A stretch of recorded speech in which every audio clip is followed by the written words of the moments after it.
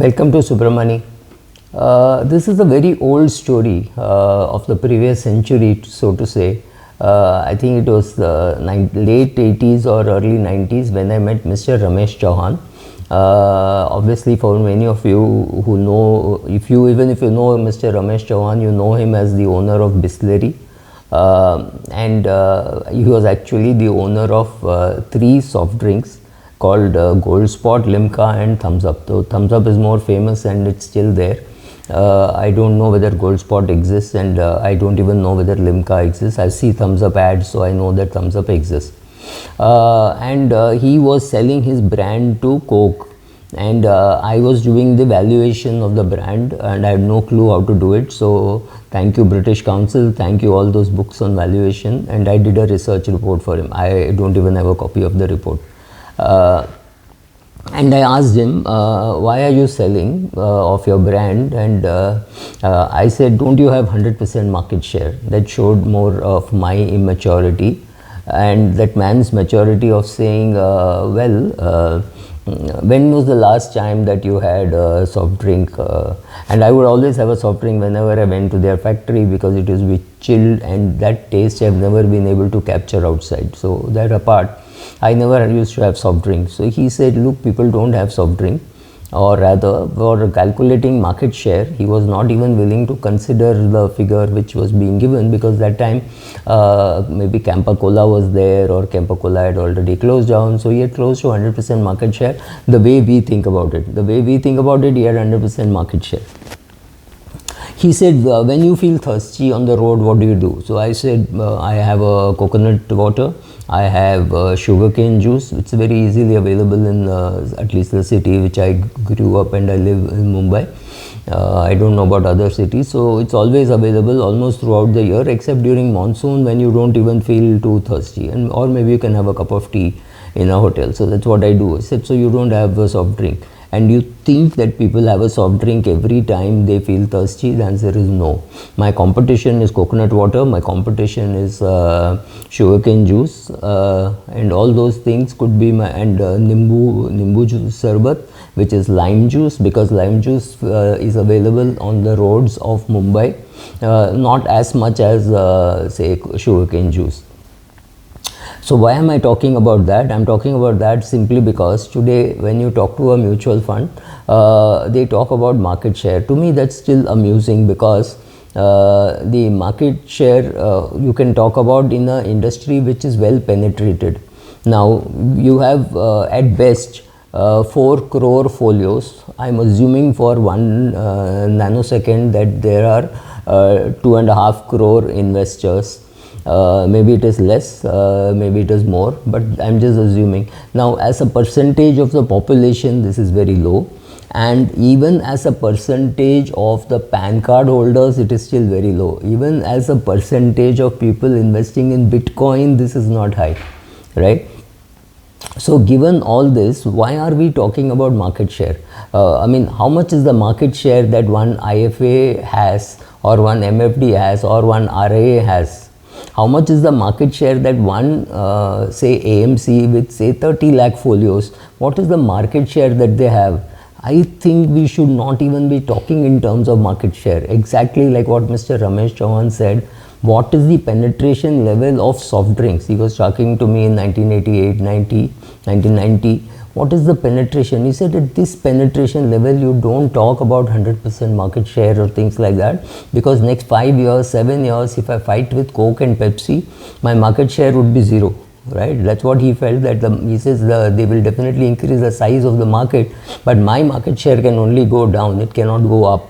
And my competition, he said, let me repeat, my competition is not from Coke and Pepsi. They will of course come and get the market share from me, but my competition is from ganne ka juice, sugarcane juice and coconut water, right? So that was the competition. So similarly, the competition for MFDs, if you are an MFD, the competition is not what market share that you have and what is the size of the market. Let's say you're looking at 15,000 crores or 16,500 crores per month SIP, and if you have a book which is 160 crores, I'm just putting a number, you have 1% of the SIP market. Is that true? I think no, because you have to see what is the penetration which is possible. A huge penetration is possible. Today your competition is post office, your competition is bank fixed deposit, your competition is gold, your competition is also foreign travel, because if you have a friend or a client who has got 10 lakhs which he is going to spend on foreign trip, that's exactly the amount which you can save or invest for him in a pension fund, and that is the market share that you are talking about. So where is the competition for mutual funds? Obviously it is from consumption. Obviously it is from people going and buying direct equity. It's from the number of people who are holding accounts in Grow, Upstock, Zerodha, right? These are the guys who have got the market share today in brokerage. So there is the competition. Competition is from the number of people who go directly and buy equities, who are investors, who are traders, who are doing F&O. All that is your competition, technically speaking. But actually speaking, these people are increasing the size of the market. So don't confine yourself. I wanted to say this to the MFD fraternity that I was talking with, that don't confine yourself to what is the market share which is visible to you, because the market share that is not visible to you, let us assume for a minute that the number of that the penetration of mutual funds in India goes up from, say, 4% is what it's claimed now, to 8%. It means the SIP book should be in the region of 30 to 35,000 crores per month, and I don't think this is an impossible figure. That is bound to happen. So if that happens and you're still at 160 crores, your market share is halved, right? So you need to keep running very fast. You need to increase the number of customers you reach dramatically, because the percentage of income that you get is likely to fall. But in absolute terms, if you want your total money earned to go up, you have to increase the size of the assets. Same thing for a big AMC also. You have to either open new offices, you have to open new branches, you have to recruit more people. I don't know how many of us are really ready for a tremendous amount of growth that we are going to see when the per capita income goes up from $2,200 to say $5,000. In fact, parts of India are already behaving like a $5,000 per capita income. So in those markets, penetration will be easier, faster, and there will be much better growth than what is visible to the industry. So increasing the size of the market, when you talk about those things, you realize that anybody talking of we have so much market share makes no sense, because it is your job to go out there and create the market. You cannot say my best bowler took 60% of the wickets. It is his job to go and create more wickets, right? So let us say you are a fund house with 2 crore folios, and the total number of folios are 4 crores. So you can say, oh, I have 50% of the folios.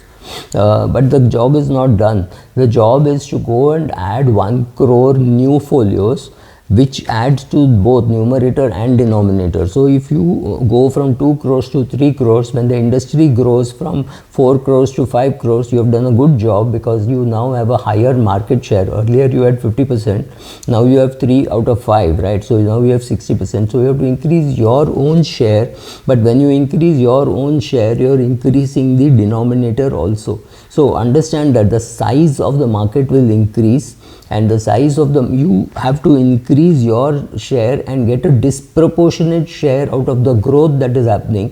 That is what is called growth, not just saying, oh, my market share is still held constant, I'm growing, right? So one good example that I heard of is like if you are an MFD or even if you are an AMC, sorry, today many AMCs and MFDs are behaving like they are traveling by train in Mumbai, and in the western or central, doesn't really matter, and they have reached the other station and he or she has to get off at the other.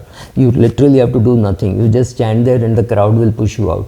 Lot of growth in mutual funds, whether at the AMC level or at the MFD level, is happening like that. They are just standing in the crowd and they know that the crowd will push them out. So if you have, let's say you have 100 crores as AUM, and you think that you will grow at say 12%, because that is the rate at which the industry is growing.